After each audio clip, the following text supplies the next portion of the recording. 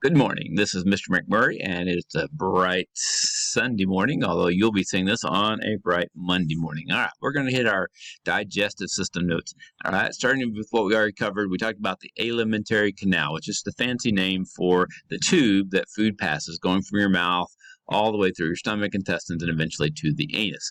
All right, the path is also called gastrointestinal, or GI tract for short. Stomach and intestines being the two main parts. Gastro means stomach, intestinal obviously has two intestines.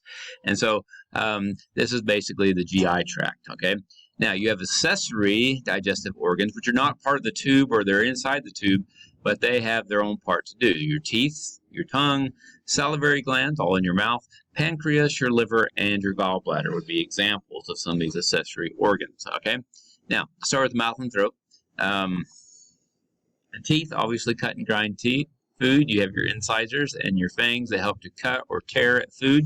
Okay, that's why dogs and cats have these fangs, predators, because they have to tear meat off the bone.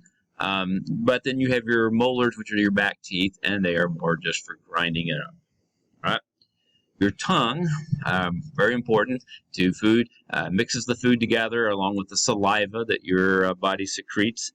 Okay, amylase is an important ingredient. It is a enzyme that breaks down the starch in the foods that you're eating and breaks them down back into sugar. All right, the other thing that the tongue does is it forms a bolus. All right, bolus just means like ball and a nice clump that you can swallow all at once. You push your tongue against the roof of your mouth and it pushes the bolus back behind, which allows you to swallow it easily.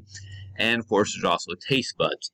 Your taste buds are on your tongue. There are different salt, sweet, savory, and there are various different tastes that you have that you can pick up on your tongue, but they're basically spread all throughout. I've seen labs and heard people say, oh, there's one area that's for sweet, and there may be some areas of your tongue that have more of one taste bud than the other, but basically they're all mixed together. Just for the record, you also have some taste bud type receptors in your throat and stomach and other places that you wouldn't think. Fortunately, they do not send taste information, but apparently they do monitor the situation and send information back. All right. Your pharynx is the back of your throat, okay, where your mouth cavity and your nasal cavity from your nose meet and overlap. Okay, well, since it meets there, you're going to have air that you're breathing. You're also going to have food going down. And after the pharynx, it's going to have to decide where to go. It's either going to go down the trachea, which is your breathing tube, to your lungs, or it's going to go down the esophagus, which connects to your mouth, to your stomach. Now, keep in mind, it is a collapsible tube that does not stay open all the time. So your esophagus doesn't need to be open because unlike your glottis, trachea, which goes to your lungs, it has to stay open all the time, but your esophagus is a very soft, collapsible tube, tissue there. All right, to look at this a little closer, here's your tongue. You can see how it pushes up here, pushes food back, makes the food into a nice round ball, and then push it back. Now, when it comes back here, you can see this is the epiglottis, a little flap over it. Here's the glottis, or opening. If you're swallowing food, this flap comes down, shuts off the trachea, and forces the food to go back here into the esophagus. All right.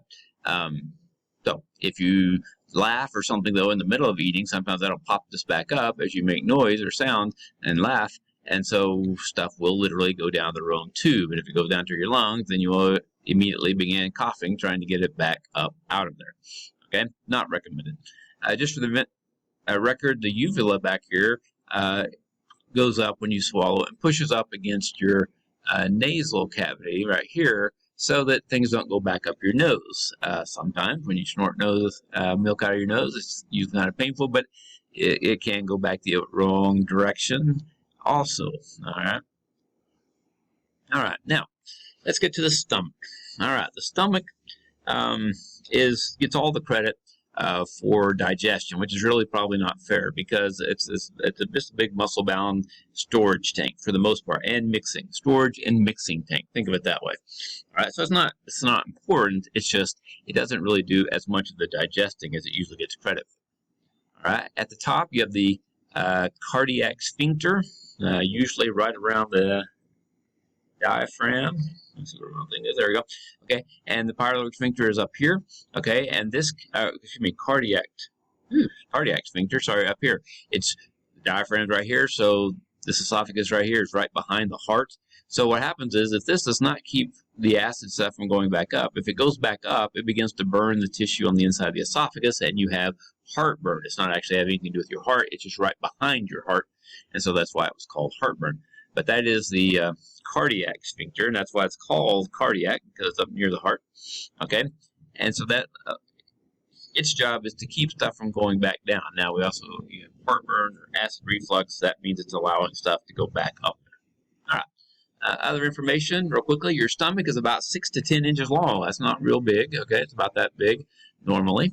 That's if it's empty. And it can hold up to about a gallon of stuff. It can stretch, so it stretches a bunch. And this has a lot to do. There's little receptors in it that tell you when you're full or not. Why? Because it's stretching. And when it stretches to a certain point, it tells you you're full. A lot of times people recommend if you drink water before you eat your meal, you'll eat less because your stomach will send you these full messages sooner. So one of the important reasons to drink water is that it will keep you from overeating. As you get at my age, that can be more important and more of an issue. All right. It has several types of muscles, circular muscles that go around and squeeze it together. It has longitudinal muscles that squeeze it this way. It also has diagonal muscles or oblique muscles that help churn the food and mix it and stuff like that. And so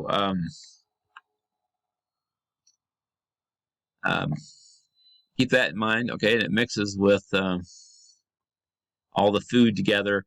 Since it can squeeze it about 3 different ways, it mixes it up together real good and causes it to get all really mixed up with what we call the gastric juices. We talk about stomach acid, but it's not just stomach acid. There are other things in it. And so the gastric juices, which are hydrochloric acid, which is the stomach acid. You have pepsin, which is a chemical that kind of pre-treats your proteins and starts breaking them down a little bit, kind of like the amylase in your salivary glands helps break down the starch a little bit. And something called intrinsic factor, or B12. And this is a very important thing because it allows you to absorb vitamin D and some of your other vitamins. So it's very important that you have this vitamin B12 or intrinsic factor in your stomach. All right. So basically, its job is just to churn up all the food into a big slurry, and that when it leaves the stomach, most of your food should be very liquidy. It's called chyme. C-H-Y-M-E, chyme, and it's a very creamy looking slurry, messy stuff. That's why if you throw stuff up, it's mostly liquid unless there's some chunks that haven't got broken down much yet. Okay, now the chyme sits in there, and a little bit at a time will be let out through the bottom here, which is the pyloric sphincter. Okay, so the pyloric sphincter is like a gatekeeper. It controls when the food is ready to leave. Okay, so if it's still too chunky and whatever, nope, not ready yet. Okay, it will let a little bit of it go out. Okay, and notice the way the stomach is squished here. It opens up a little bit, it lets a little bit slide out and move down into the duodenum, into the small intestine. Okay, and then it closes back up. Then it lets a little bit more go back through it. And just a little bit at a time, it lets it go down there. Record. Most food spends about 4 to 6 hours in the stomach before it's actually allowed to leave. So it takes a little while for this to work, very slow process. So this stores it and then lets a little bit go down into the duodenum and be digested at any given time. All right, now let's talk about the gallbladder, because as this goes into the small intestine, we're going to have a little bit to talk about that. Okay, the gallbladder, remember, is underneath the liver. Okay, up underneath the liver, and has a little tube coming out, which is the bile duct. Okay, it collects bile. We call it bile, but there's a bunch of what we call bile salts, and there's bilirubin and other breakdown products from blood vessel, red blood cells and stuff that have been that have been removed from the blood and taken out of the stuff. Okay, now in the gallbladder, it takes out all the water from this and concentrates it. Okay.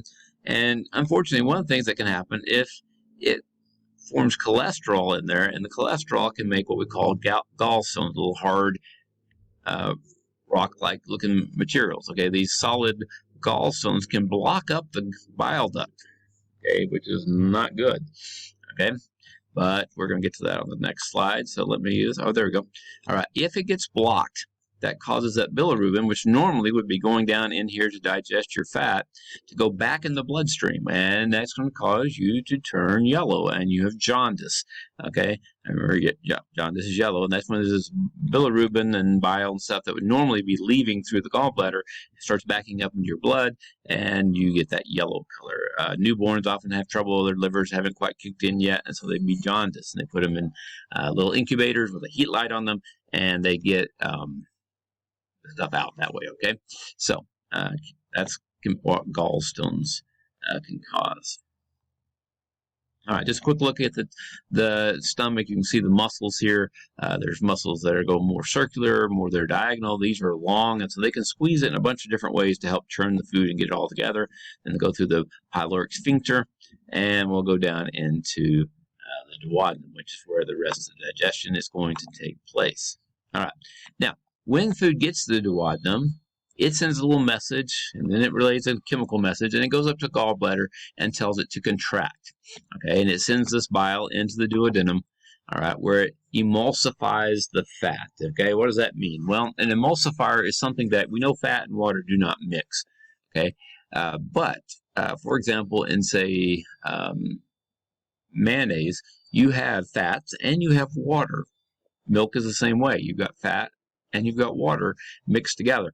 Emulsifiers allow them to mix and become compatible. So what the bile does, it allows the fat to be mixed with the water, break down into smaller pieces, and it also allows it to be vitamins that are what we call fat soluble to be absorbed. Okay, so this is very important.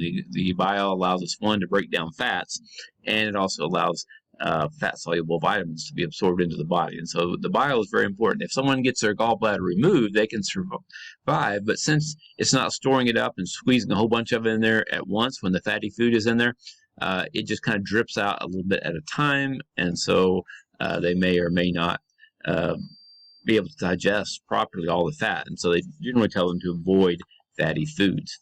All right. Pancreas also kicks in about this time. The pancreas sends stuff over to the duodenum also and secretes what we call pancreatic juices.